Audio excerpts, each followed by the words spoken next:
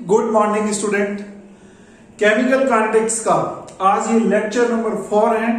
इससे पहले chemical kinetic के लेक्चर नंबर 1, 2, 3 में हमने रेट के बारे में बात की। रेट मैंने आपको बताई दो टाइप की चलेगी, एक एवरेज रेट चलेगी और एक इंस्टेंटेनियस रेट। ठीक है, एक औसत दर और एक ताक्षणिक दर, इसके बारे में बात की। आज लेक्चर नंबर 4, इसमें मैंने आपको यह भी चीज बताई थी कि rate of formation, rate of reaction और रेट ऑफ डिसअपीयरेंस, उसके बारे में बात की। आज उसी से related rate of appearance, rate of disappearance, rate of reaction, उसी से रिलेटेड आज एक क्वेश्चन कर रहे हैं, एक न्यूमेरिकल कर रहे हैं। कुछ इंटरेस्टिंग मजेदार क्वेश्चन है और क्वेश्चन का लेवल जो है मैंने सिस्टमैटिक रखा है। पहले लेवल 1 है, फिर लेवल 2, फिर लेवल 3। लेवल 1 जो है ये 12th बोर्ड के लिए है, लेवल 2 ये नीट के लिए है और लेवल 3 जो आईआईटी और सीएसआईआर नेट और गेट के लिए। तो लेवल 1 क्या पर देखते हैं जो 12th बोर्ड के लिए पूछा जाता है, वो क्या पूछेगा आपसे। देखो रिएक्शन दे रखी है आपको, N2 और 3H2 से मिलकर के क्या बन रहा है 2NH3। इस रिएक्शन के लिए आपको क्या दे रखा है, इसमें दे रखा है NH3 की कॉन्सेंट्रेशन में चेंज दे रखा है। NH3 की कॉन्सेंट्रेशन में चेंज जो दे रखा है वो 20 सेकेंड टाइम के लिए दे रखा है। वो कितना दे रखा है 2 × 10⁻⁻⁶ दे रखा है। तो आपसे क्या पूछ रहा है, इसमें रेट ऑफ रिएक्शन पूछ रहा है। तो ये सिंपल सा क्वेश्चन है, इसको कैसे सॉल्व करेंगे। तो देखो इसको अपन कैसे करेंगे। NH3 की कॉन्सेंट्रेशन में चेंज दे रखा है। सबसे पहले NH3 की रेट लिखो। तो NH3 की जो रेट लिखेंगे वो क्या लिखेंगे, R = आप क्या लिखोगे NH3 का, आप ये देखो कि स्टोइकियोमेट्रिक कोएफिशिएंट कितना है। इसका स्टोइकियोमेट्रिक कोएफिशिएंट है 2, तो आप लिखोगे माइनस में, ये प्लस में 1/2। देखो ये प्रोडक्ट है, प्रोडक्ट के लिए मैंने बताया था कि रेट जो चलेगी वो पॉजिटिव में चलेगी, तो यहां पर प्लस लगाओगे और क्या लिखोगे, और लिखोगे आप D और क्या लिखोगे NH3 और डिवाइड में क्या लिखोगे DT, ये आप लिखोगे। तो आपको रेट चाहिए, तो रेट चाहिए तो आप क्या लिखोगे, यहां पर आपको NH3 की जो कॉन्सेंट्रेशन है उसमें चेंज कितना दे रखा है, वो आपको दे रखा है यहां पर 2 × 10⁻⁻⁶ दे रखा है। तो आप वैल्यू पुट करोगे, यहां पर 1/2 रखोगे, 1/2 × 2 × 10 की पावर क्या लिखोगे -6। और टाइम इंटरवल dt कितना दे रखा है, टाइम इंटरवल जो dt दे रखा है आपको वो दे रखा है 20 सेकेंड। तो अपॉन में लिख दोगे कितना 20। अब इसको सॉल्व कर लोगे तो सॉल्व करने के बाद जो रेट आएगी वो कितनी आ जाएगी, वो आ जाएगी आपकी 1/2। तो 1/2 ये आप लिख दोगे 1/2 इंटू और लिख दोगे यहां पर 10⁻⁻7। इसको सॉल्व करेंगे तो कितनी आ जाएगी, ये आ जाएगी 0.5 × 10 की पावर क्या -7। और इसको लिख सकते हो क्या 5 × 10 की पावर क्या लिख दोगे -8। तो ये रेट आ गई आपकी। तो ये सिंपल सा क्वेश्चन था कि रेट अगर आपको पता करनी है तो आप सिंपल यहां पर NH3 की जो कॉन्सेंट्रेशन है उसमें चेंज देखो और टाइम इंटरवल देखो, सीधा आप वैल्यू पुट करो और आ जाएगा। तो ऐसा क्वेश्चन तो इजी है, ये 12th बोर्ड में पूछा जाता है। अब क्वेश्चन जो है उसमें थोड़ा सा ट्विस्ट कर दिया, आपको रेट ऑफ फॉर्मेशन यहां पर इंक्लूड कर दी, रेट ऑफ डिसअपीयरेंस यहां पर पूछ रहे। तो अब इस टाइप के क्वेश्चन को कैसे करेंगे, ऐसा क्वेश्चन जो है यूजुअली नीट में पूछा जाता है और थोड़ा सा इसमें ट्विस्ट कर देगा, तो ऐसा क्वेश्चन आईआईटी में पूछेगा। चलो फर्स्ट पार्ट इसका कंप्लीट कर दिया हमने, अब सेकंड पार्ट इसको करते हैं कंप्लीट। तो देखते हैं आगे।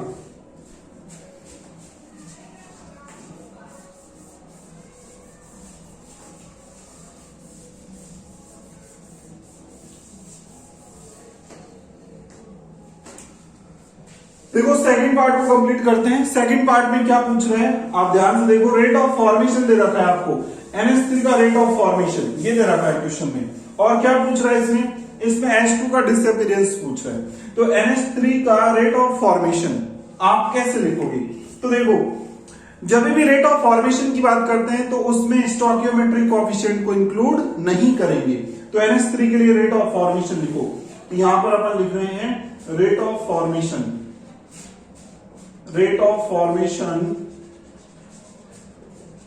वो किसका लिख रहे हैं NH3 का। मैं यहां पर दोनों ही चीज लिख देता हूं। देखो एक बार आप ऐसे इस तरीके से लिखो, यहां पर NH3 है तो NH3 के लिए पहले रेट लिखो 1/2 और ये प्लस में और क्या लिखोगे D NH3 और अपॉन में क्या लिखोगे DT। ये NH3 के लिए लिखा आपने, ऐसे H2 के लिए लिखोगे तो H2 के लिए क्या लिखोगे, H2 के लिए लिखोगे -1/3, H2 के लिए लिखोगे और क्या लिखोगे D, और क्या लिखोगे H2 अपॉन में क्या लिखोगे dt। ये किसके लिए लिख दिया, ये H2 के लिए लिख दिया। ये है, ये जो है H2 की रेट है और ये किसकी रेट है, ये NH3 की रेट है। इसमें ये जो स्टोइकियोमेट्रिक कोएफिशिएंट है इसको हटा दोगे, जो बच गया ये वाला, ये क्या हो जाएगा, ये हो जाएगा रेट ऑफ फॉर्मेशन किसका, NH3 का। तो NH3 का रेट ऑफ फॉर्मेशन ये और ये, तो यहां से इस स्टोइकियोमेट्रिक कोएफिशिएंट को उधर ले जाओ, ठीक है। तो आपको क्या पूछ रहा है इसमें, इसमें पूछ रहा है rate of disappearance of H2, H2 का रेट ऑफ डिसअपीयरेंस। डिसअपीयरेंस का मतलब ये वाला और ये वाला, ये जो स्टोइकियोमेट्रिक कोएफिशिएंट है 1/3, ये आपको क्या करना है, हटा देना है, ठीक है। इसको आप 3 को क्या कर दो, उधर भेज दो, तो उधर भेज देंगे तो आप लिख दोगे क्या यहाँ पर 3/2, ठीक है। 3 को उधर कर दिया और क्या हो जाएगा यहाँ पर हो जाएगा आपका क्या, D और NH3 अपॉन में क्या लिख दोगे dt, और ये आएगा प्लस में, ठीक है। इसकी वैल्यू आपको दे रखी है, रेट ऑफ फॉर्मेशन जो है ऑफ NH3 वो आपको दे रखा है क्वेश्चन में, कितना दे रखा है, ये दे रखा है आपको 2 × 10 की पावर क्या दे रखा है 6।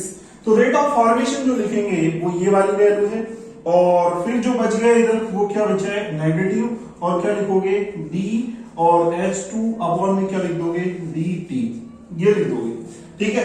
तो यहां से रेट ऑफ डिसअपीयरेंस पूछ रहा है, रेट ऑफ डिसअपीयरेंस किसकी पूछ रहा है, H2 की। H2 की रेट ऑफ डिसअपीयरेंस का जो फॉर्मूला होगा वो ये होगा। यहां से आपको क्वेश्चन में ये दे रखा है, क्वेश्चन में देखो रेट ऑफ फॉर्मेशन जो है NH3 का वो 2 × 10 की पावर 6 दे रखा है, 2 × 10 की पावर -6 दे रखा है।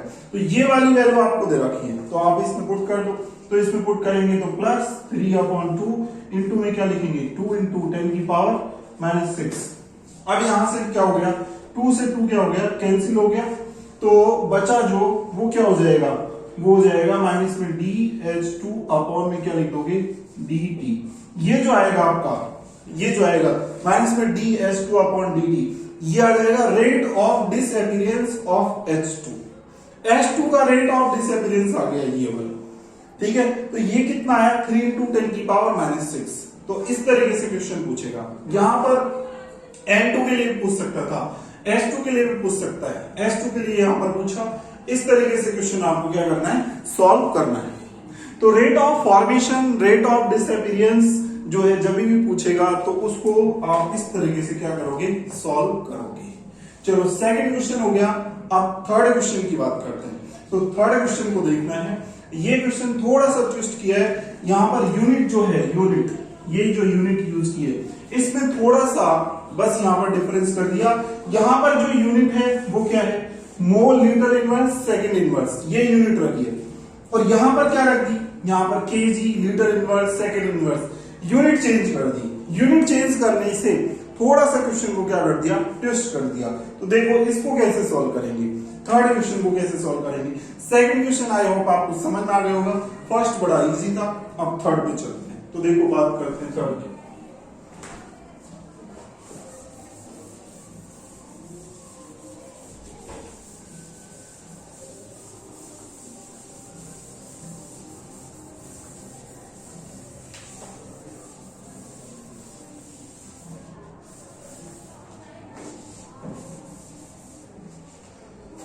देखो थर्ड क्वेश्चन में क्या कर रखा है, थर्ड क्वेश्चन में आपको रेट ऑफ फॉर्मेशन दे रखी है NH3 की, लेकिन यूनिट ये लगा रखी है। तो आप NH3 की रेट ऑफ फॉर्मेशन लिखो।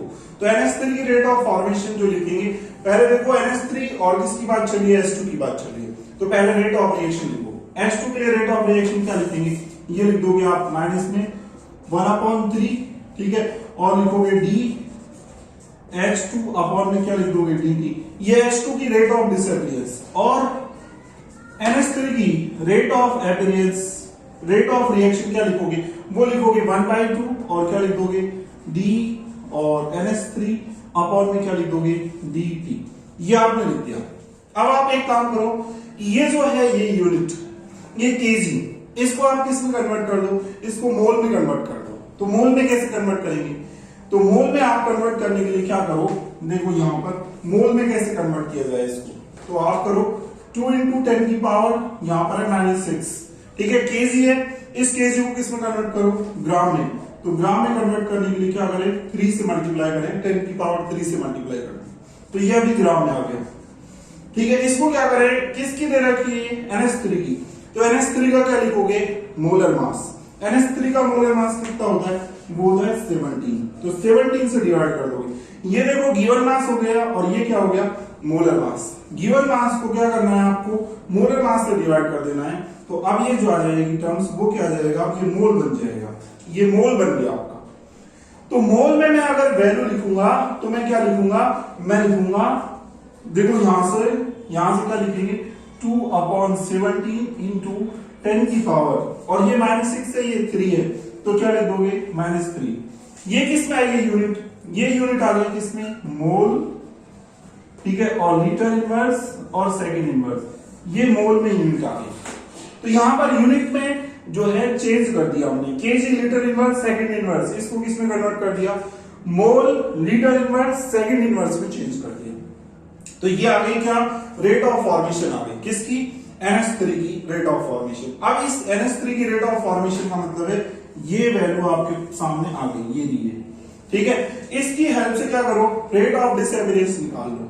तो इसकी हेल्प से रेट ऑफ डिसअपियरेंस कैसे निकालेंगे, तो देखो यहां पर रखो ये माइनस में D और H2 अपॉन में क्या रखेंगे, dt इज इक्वल टू, इस 3 को ले जाओ उधर, तो ये 3 चला जाएगा उधर, तो 3 अपॉन, और ये 2 है, इनटू में क्या करोगे, इनटू में लिखो 2 अपॉन क्या लिखोगे, 70 इनटू क्या लिखोगे, 10 की पावर -3, ये लिख दोगे। और ये किसमें है, ये है मोल, यूनिट लिखोगे, लीटर इनवर्स और क्या लिखोगे, सेकंड इनवर्स, ये मोल में यूनिट है।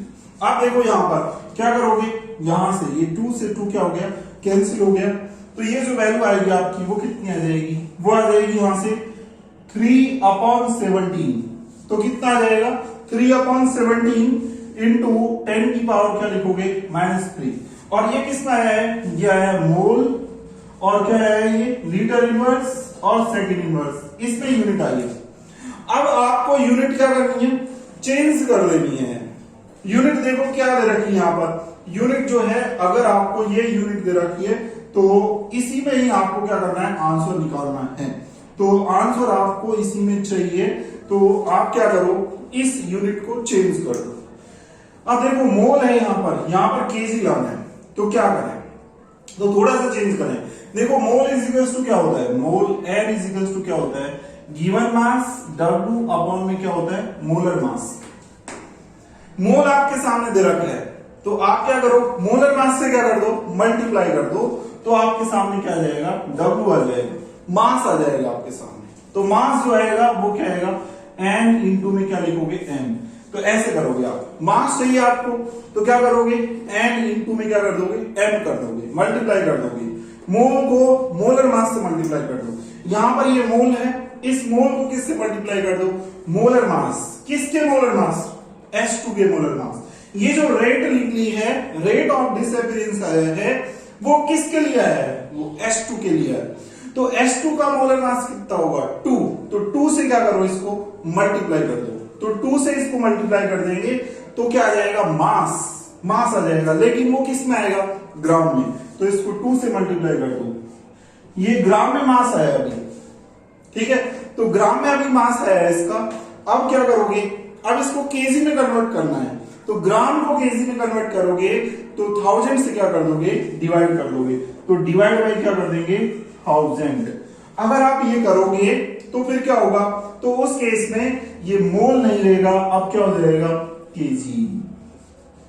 ये केजी में चेंज हो जाएगा, ये केजी में चेंज हो गया, अपन को केजी में ही चाहिए था, आंसर केजी में ही चाहिए था। अब इसको सॉल्व कर लेना है, और सॉल्व करके जो आंसर आएगा वो मैं यहां पे लिख रहा हूं, क्या आएगा, सॉल्व करके जो आंसर आएगा, देखो यहां पर 3 इंटू 2 6 हो गया, और तो 6 अपॉन में क्या 17, ये 17, ये 10 की पावर -3, ये ऊपर जाएगा, ये भी -3, तो कितना हो जाएगा, इंटू 10 की पावर -6। लेकिन यूनिट किस में आएगी, यूनिट जो आएगी वो आएगी केजी, लीटर इनवर्स और क्या, सेकंड इनवर्स, ये यूनिट आएगी।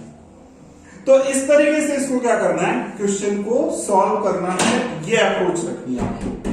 आई होप आपको समझ में आया होगा, आपको मजा आया होगा क्वेश्चन में। Thank you so much. अगर आपको वीडियो पसंद आया हो तो आप ज्यादा से ज्यादा लाइक कीजिए, सब्सक्राइब कीजिए। Thank you so much.